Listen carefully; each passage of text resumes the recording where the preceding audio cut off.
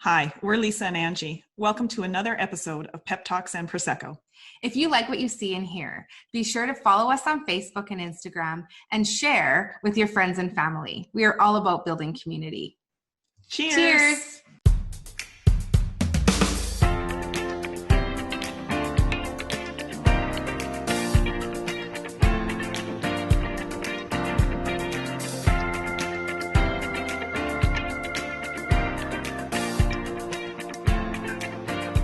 Cheers, Lise. Happy Sunday to you, my friend.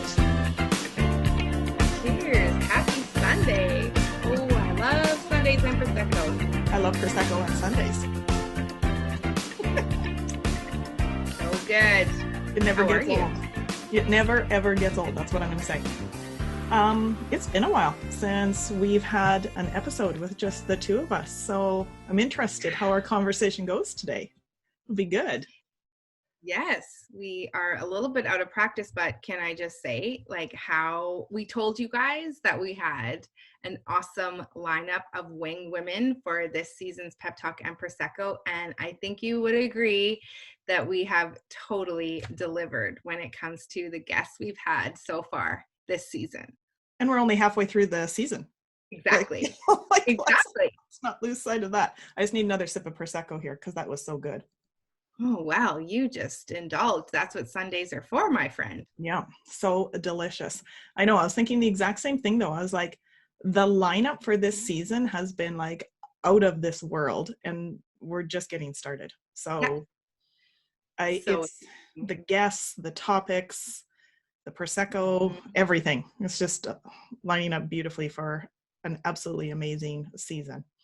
I'm super excited about our topic today, though, because I know for a fact it's going to resonate with our entire community. And we've titled it Endgame. And I'm going to start at the end. I'm going to tell you why we titled it Endgame. Because it's all about ending that mind game that we all play when it comes to our facts and fictions around competition, jealousy, and then some of the lessons we've learned in how to gather our allies and continue to build our flight crew and have those wing women be part of our team as well. So I don't know, are you ready to go a little bit deeper on that and explore that a little bit? You and I haven't had a ton of conversation leading up to this particular episode, but this has been an ongoing dialogue that the two of us have had for many, many years. So I'm really interested as to where our conversation goes today. Yeah. So you want to start things off, or do you want me to dive in a bit? Yeah, it's an important topic, but it's not an easy topic. It's not an easy thing. And so I've been thinking about this a lot, and I wish that I could say that I've got this topic kind of figured out in my life, but I'm not there yet. I'm just not. And maybe on my best day, I am. And through the work that we're doing with Wotherwill, certainly, getting closer to that. But there are days, there's no doubt, when, and it all comes down to how I feel about myself, right? Mm-hmm. Where, you see someone either on social media, you see that highlight reel and you start comparing, which is the worst. And just thinking that I'm not enough because what I see on someone else's highlight reel is so much more polished or so much more advanced or so much better than what I'm accomplishing. And there's I start telling myself a story, right? So yeah, it's an important topic, but man, I got to tell you, it's a hard one for me. It's a hard one, but it's an important one. And I don't know about you, but I find for me that there's certain aspects of my life that it truly is a non-issue. Mm-hmm. And so when I hear other people struggling in that area, I have to work really hard to wrap my head around that because I don't replicate that in my thinking. And then there'll be times where I'm feeling that green-eyed monster coming out or that fierce competition that I'm creating the script in my mind. And I know when I share that with other people, they're like, "You're crazy, Angie." It's so far from the truth. So do you find that as well, that it's not all encompassing. It's just in certain areas, and depending on the day, like you mentioned, when you're at your best, or kind of where you are in this journey that we're all on as well. Well, absolutely. I can definitely say that there are certain aspects of my life where I'm like, I've got this, and yay for that person, or I'm so excited for that person Yeah. that they're doing the same, or look at them go, right? And then there are other days where I see something or I hear something and I just immediately start to compare where I'm at in comparison to others. And I know that I don't need to do that. And I know that, the greatest kind of sense of confidence is when you have a high sense of, self, but you think highly of others. I know that. And so getting there is the hard work for sure. Well, I love, I can resonate with that so deeply. And as you were talking there, I was listening to you, but it was also sparking just some thoughts and feelings for me as well around, is there such thing as healthy competition? Does that truly exist? And have I experienced that before? And what's the difference between seeing someone do something better than you are currently doing, Mm-hmm. as opposed to someone who's excelling in a version of yourself that you're striving to become?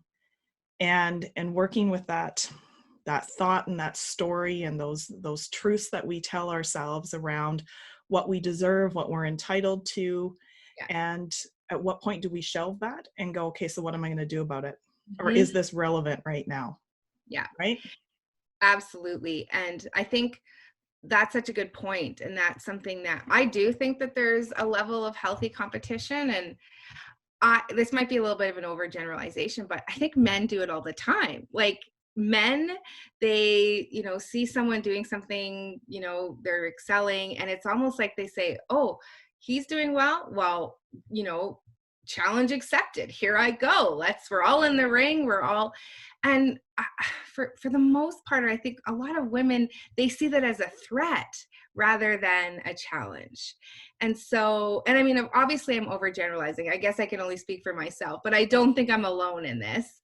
But when I think about healthy competition, I think about seeing someone else excel and thinking, that's my benchmark. That's where I want to be, with my own flavor, with my own spin on how I'm showing up for the world. And so that's something that I've really been focusing on, for the last probably couple of years, right? That just because someone else is doing well doesn't mean that I can't as well, or that I'm not worthy. Or that you're not already doing incredibly well and you've maybe just lost sight on that. I'm going to go back to your comment around the gender and men in competition, because I was actually listening to a podcast. So it's funny that you brought this up. I was listening to a podcast, and it was Simon Sinek and Brene Brown.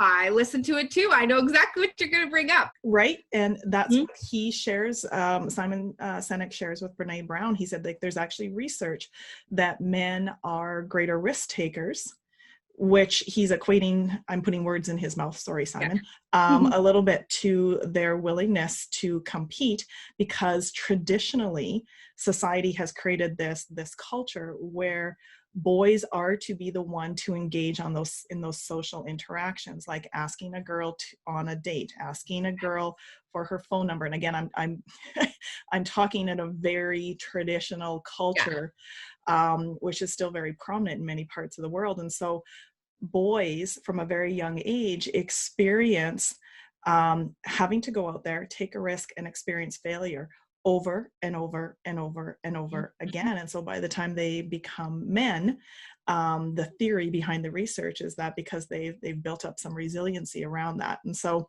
Brene Brown wasn't really wanting to engage or entertain that conversation too much, but I found that very interesting, because I thought, yeah, I can see how that would be interesting research, and I can see how that could be drawn from that piece as well. So, when you were talking, Lisa, we can speak it so easily about how we should and what we strive to do, but really putting it into practice can be challenging, I think, for all of us. And I would call anyone out who said that they don't struggle with it, because one piece that I find has helped me significantly in really becoming better grounded in how I perceive competition, how I deal with jealousy, is I remind myself that to feel jealous or to experience envy is something it's a natural feeling.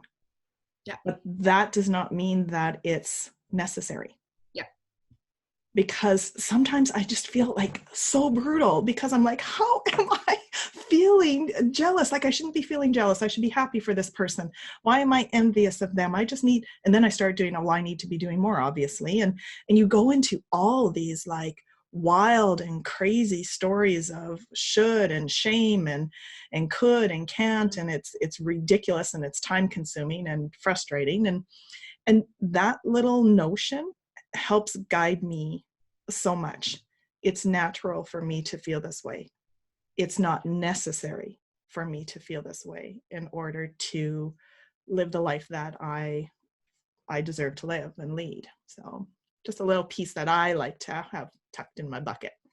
I love that. And I love that, like, there's been a shift, don't you think? Like, where, maybe 5 or 10 years ago, it was more of a cutthroat kind of competition. But I've just loved this shift that we're seeing now of women empowering other women. And because I just truly believe that, behind successful women are other women in their corner, cheering them on, saying, you've got this, girlfriend. And we are so lucky to have each other to do that, and others in our life. And I've just loved seeing that shift. And I think that is our intention. That is what that we've said from the beginning, that our goal is to build a community of people cheering each other on. And I think this season of Pep Talks and Prosecco has really demonstrated our commitment to building a community of mostly women, but hey, men can come too. They can join the party, supporting each other and empowering each other to just live their best life, whatever that looks like for them.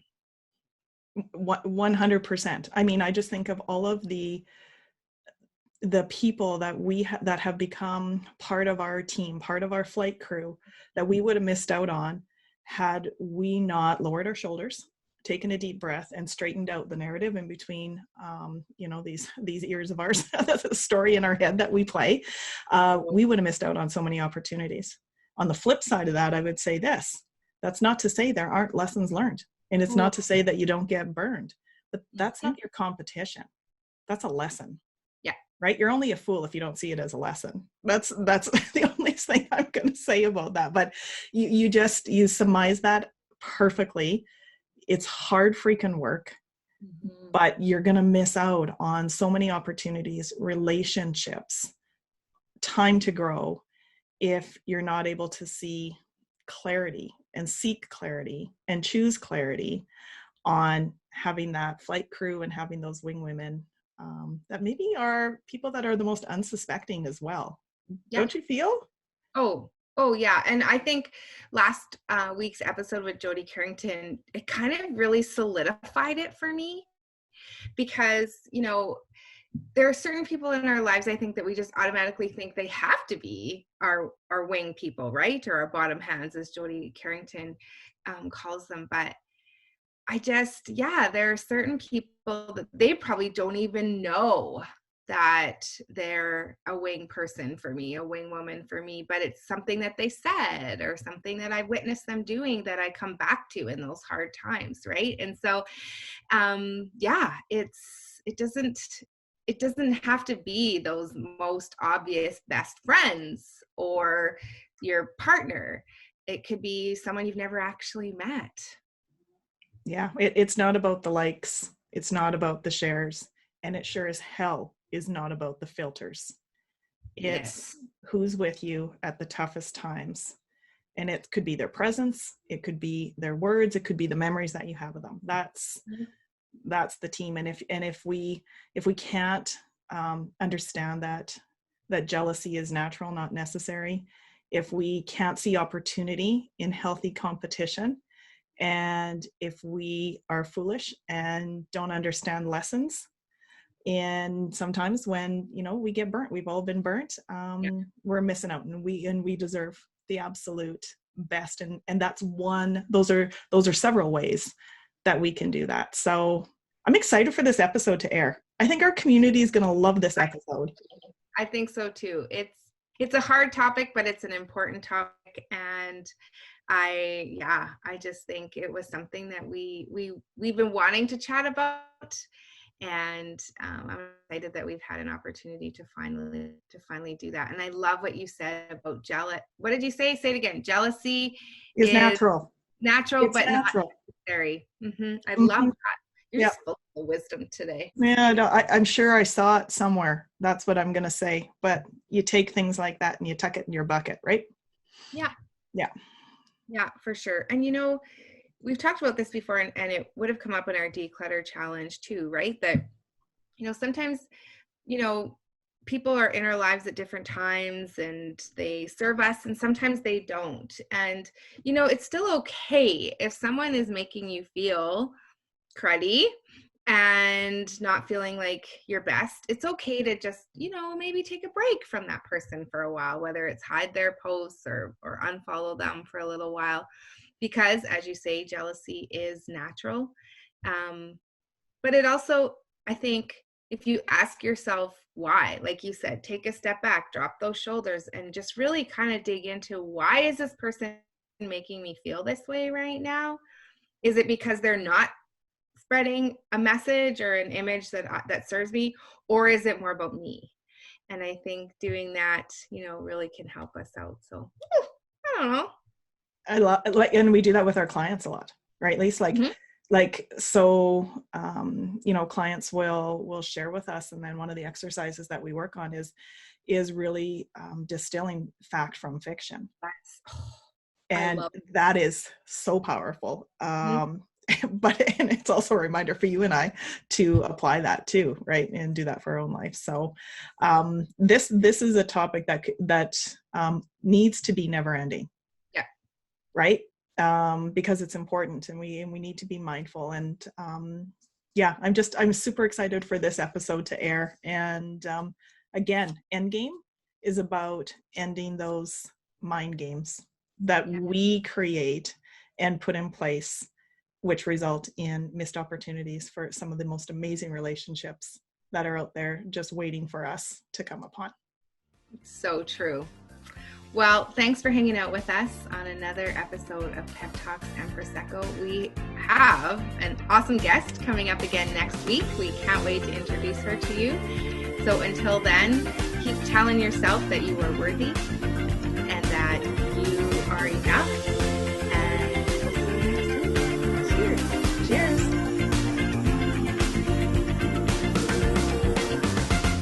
Hold the freaking presses.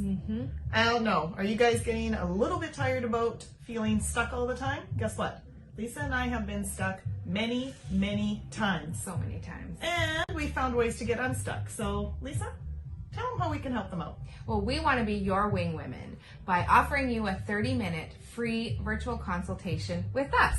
So if that sounds something like you're interested in, head on over to our website, wotherwill.com, and sign up for that consultation today. Cheers!